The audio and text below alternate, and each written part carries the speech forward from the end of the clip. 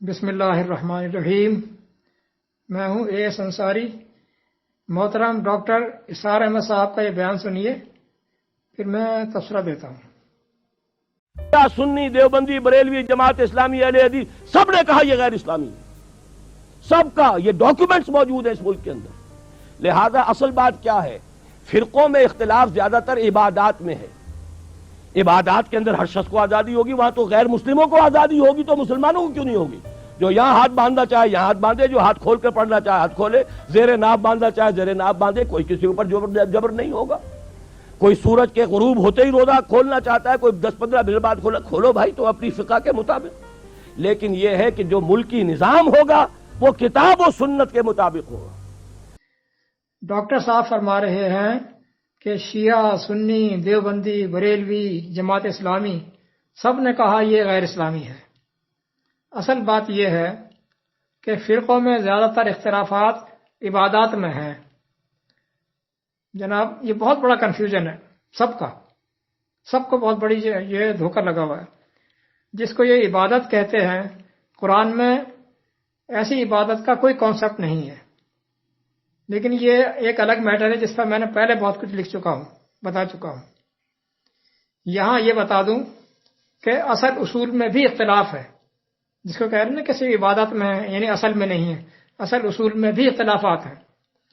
Doctor صاحب جانتے تو یقیناً ہوں گے، میں یہ نہیں کہتا کہ نہیں جانتے ہوں گے۔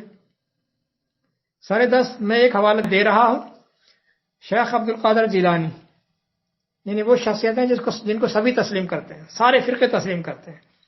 شیخ عبد القادر جیلانی کی کتاب اٹھا کر دیکھیں، غنیۃ الطالبین، غنیۃ الطالبین، اس کا نکالیں کتاب الفرقہ۔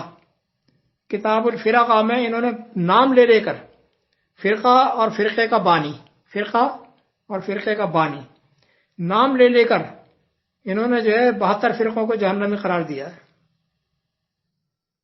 اور اپنے مسلک کو، جو ان کا اپنا مسلک تھا، یعنی حنبلیہ مسلک سے تھے نا یہ، اس کو ناجی، نجات پانے والا قرار دیا ہے۔ آپ نکال کر دیکھیں ان کی کتاب۔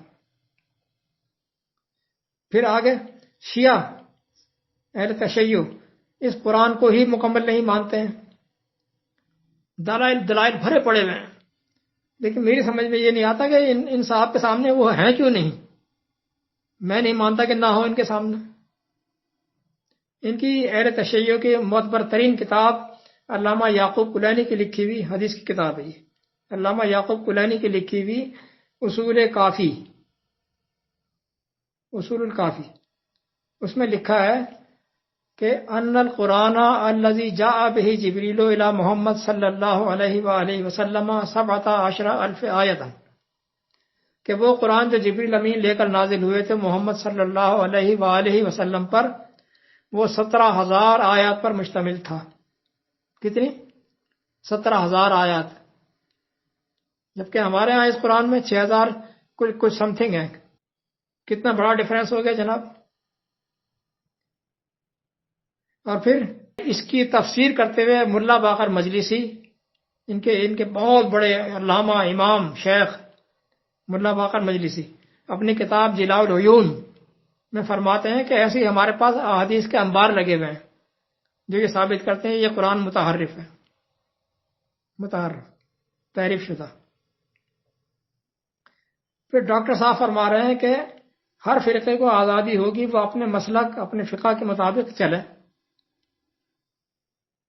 جناب عالی، آزادی ہوگی ان لوگوں کو جو اپنے ذاتی مسلک کو دین اسلام سے منسوب نہیں کرتے، ان کی آزادی ہے۔ آپ کہاں یہ غلط انٹرپریٹیشن کر رہے ہیں بات چیز کی؟ ان کو آزادی ہوگی۔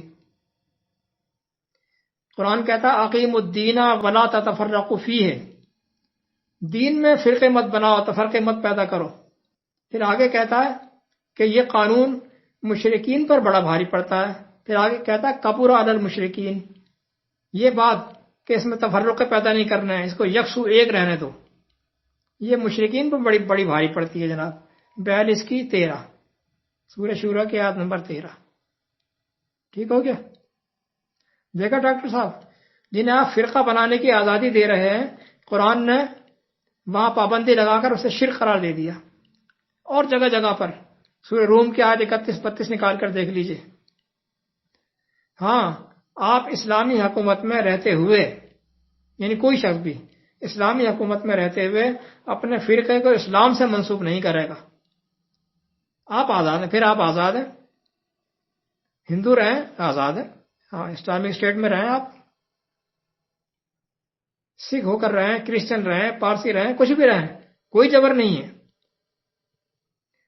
اور دوسری بات یہ ہے کہ جیسا کہ آپ فرما رہے ہیں، فرماتے ہیں کہ لیکن یہ کہ ملکی قانون، ملکی نظام جو ہوگا وہ کتاب و سنت پر کے مطابق ہوگا.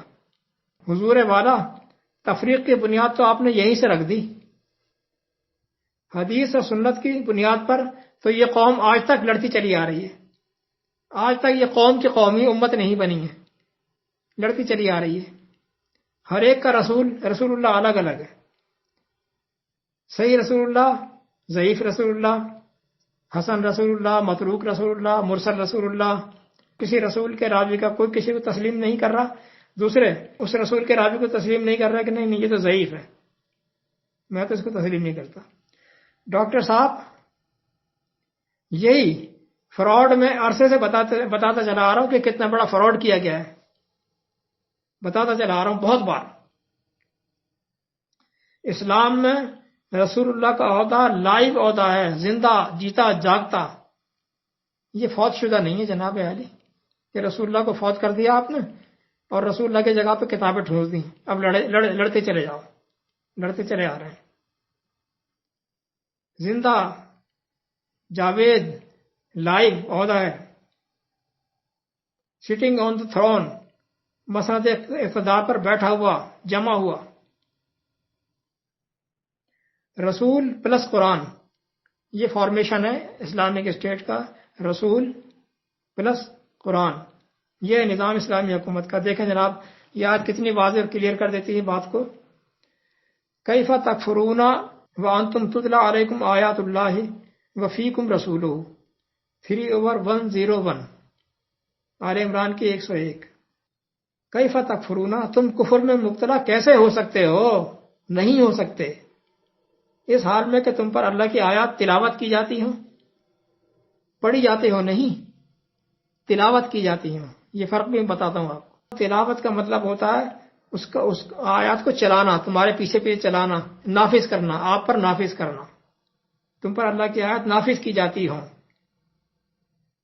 نافذ کی جاتی ہوں. Verses are imposed on you, وہ آیات تم پر چلائی جاتی ہوں، تمہارے پیچھے لگائی جاتی ہوں. یہ ایسے کہتے ہیں تلاوت. اور دوسرا تم میں اس کا رسول موجود ہو، وفیکم رسول ہو. دو چیزیں، اللہ کی آیات کا پبلک کے اوپر نافذ کرنا، نمبر 2 رسول اللہ کا موجود ہونا.